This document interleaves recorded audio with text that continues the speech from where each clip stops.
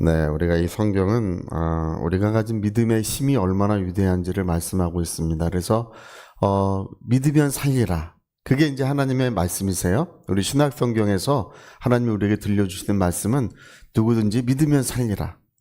구약 성경은 먹으면 죽으리라 그 얘기죠.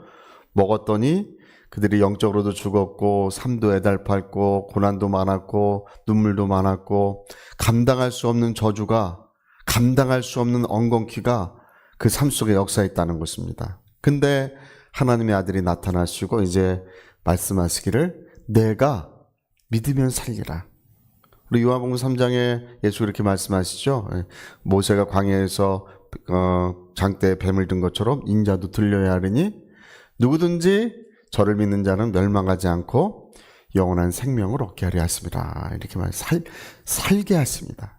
그러니까 예수님은 우리를 살리러 오신 분이십니다. 모든 죽은 자들을 살리러 오신 분이십니다. 그래서 하나님이 우리에게 예수님을 보여주시면서 그를 믿으라고 하시는 거예요. 누구든지 그를 믿으면 산다는 것입니다. 그러니까 오늘 우리가 신앙생활하는 것은 무슨 문화생활을 하려고 교회 오는 것도 아니고요. 무슨 취미생활을 하려고 교회 오는 것도 아니고 우리는 살기 위해서 믿고 살기 위해서 신앙생활하는 것입니다. 하나님께서는 어떤 사람을 원하시느냐라고 하면 이 성경은요. 자기 생명에 애착을 가진 사람을 원하십니다. 참 염치 없고 이상한 일이죠. 예전에 그 가인 같은 사람 자기 동생을 죽였잖아요. 못나도 그렇게 못난 사람은 어디 있습니까? 아니 시기가 나고 질투를 해도 자기 동생을 시기하고 자기 동생 질투해가지고 원래 속이 넓으면 마귀도 역사하기 어려워요. 속 넓은 사람은 마귀도 역사하기 어렵습니다. 근데 속이 좁으면 마귀가 역사하기가 진짜 좋아요. 이 사람 속이 좁으니까 자기 동생 뒤통수 보고 그게 미운 거예요. 근데 성경에 하나님께서 죄가 너의 문 앞에 있으니 죄를 다스려라 이렇게 말씀하셨잖아요. 죄의 그림자가 너희 가정을 덮치고 있으니 죄를 주의하라고 미리 말씀하셨는데 그걸 견딜 수가 없어. 믿고 질투나고 견딜 수 없어서 자기 아우를 죽였잖아요. 그러고 나서 하나님이 내 아우 어디냐 물어보니까 시침이 뗍니다. 내가 아우 지키는 자입니까? 왜 나에게 물어보십니까? 이렇게 시침해요. 내 아우의 핏소리가 땅에서 나에게 호소하느니라. 그제야 비로소 하나님 알고 계시는구나. 그래가지고 죽을 죄를 졌으니 죽여주십시오 이렇게 하지 않잖아요. 그렇죠? 뭐라고 합니까? 자기는 자기 동생 죽이고 자기는 살려달래. 하여튼 못나도 이런 못난 이가 없어요. 제가 성경을 읽다 보면 이 가인 같은 사람 참 너무 안타깝습니다. 자기 동생 죽여놓고 이제 그거를 애써 감추다가 하나님이 아신다고 판단하니까 길에서 만나는 자가 나를 죽일까 합니다 하면서 자기를 살려달라고 하나님 앞에 애타게 하나님 앞에 살려달라고 합니다. 이게 참 어려운 문제예요. 왜냐하면 하나님의 공의에 의하면 이 사람은 죽어야 돼요. 살인하는 자는 반드시 죽어야 합니다. 공의에 의하면. 근데 하나님은 자비하신 분이에요. 살려달라고 하는 거를 거절할 수가 없는 거예요. 그래가지고 그가 애타게 살려달라고 하고 눈물 지으며 하나님 앞에 간절히 요청할 때 하나님은 그걸 거절할 수가 없어서 가인을 만나는 자는 벌이 7배다 하시면서 죄를 면하는 표를 줘가지고 그래서 그를 보냅니다. 오늘 그 이야기가 써 있는 이유가 있어요.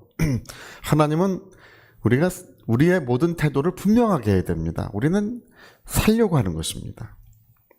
그래서 우리의 모든 기도도 그렇고 우리 자손들도 그렇고 우리는 하나님 우리를 다 살려주옵소서.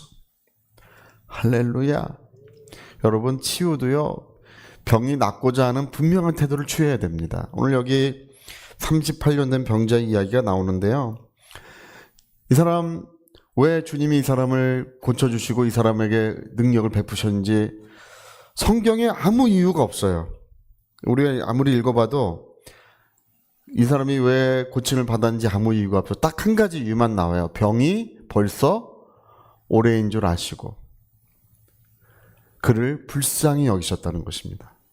근데 이 사람은 38년 된 병자인데 이 사람의 어떤 태도, 이 사람이 가지고 있는 어떤 열망 마음은 너무 분명해요. 자기는 낫고 싶은 거예요.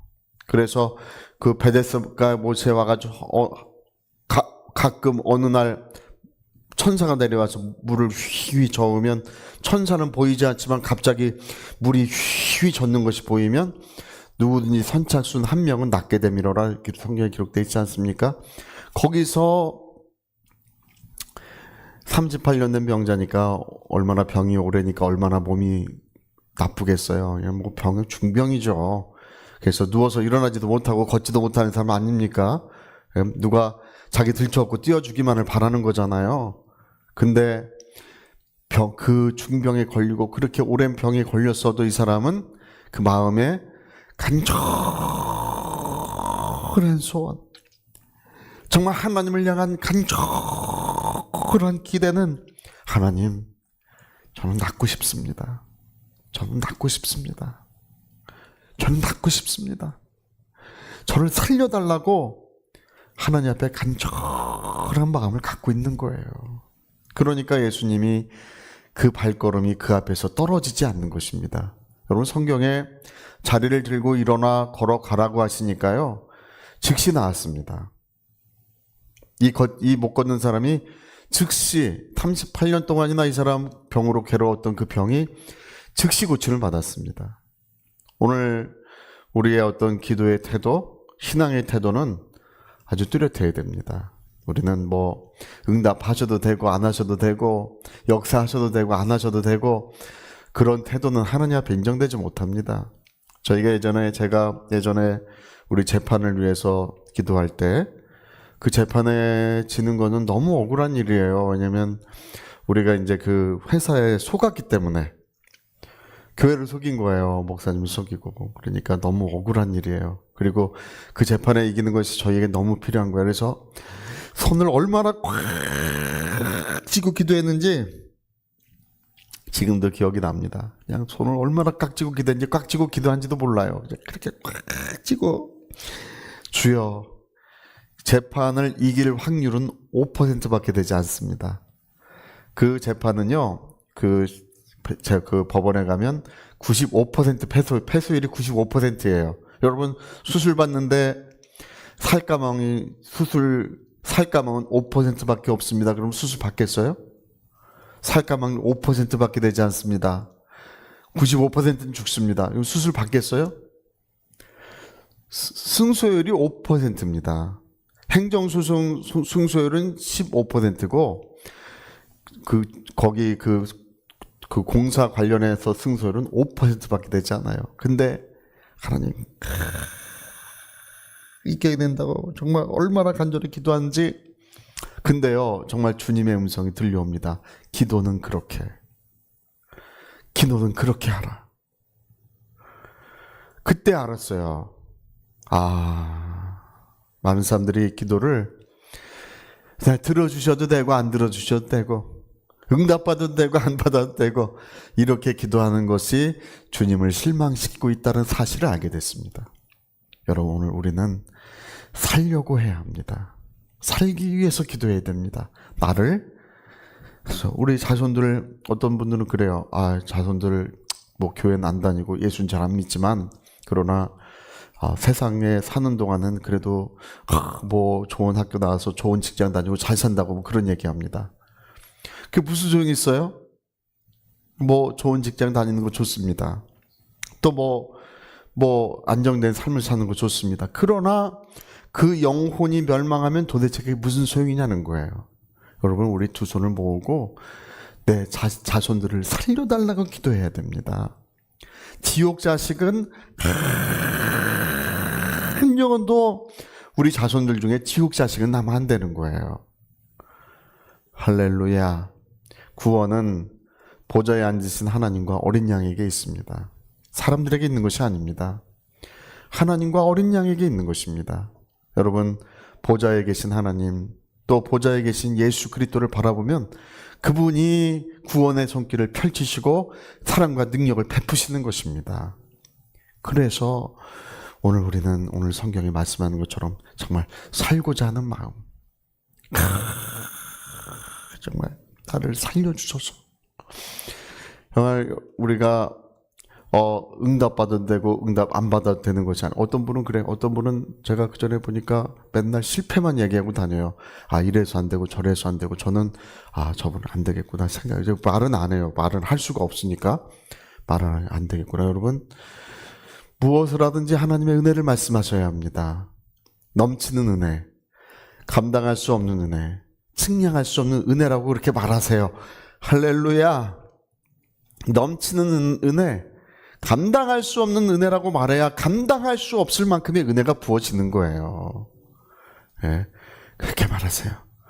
어떤 분은 예전에 우리는 다 망하게 됐습니다.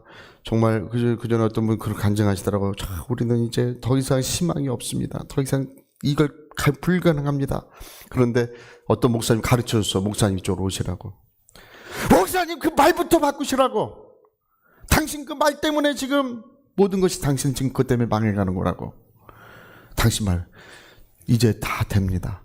하나님 역사에서 다 됩니다. 하나님의 은혜가 넘치고 있습니다. 주의 성령이 역사해 주십니다.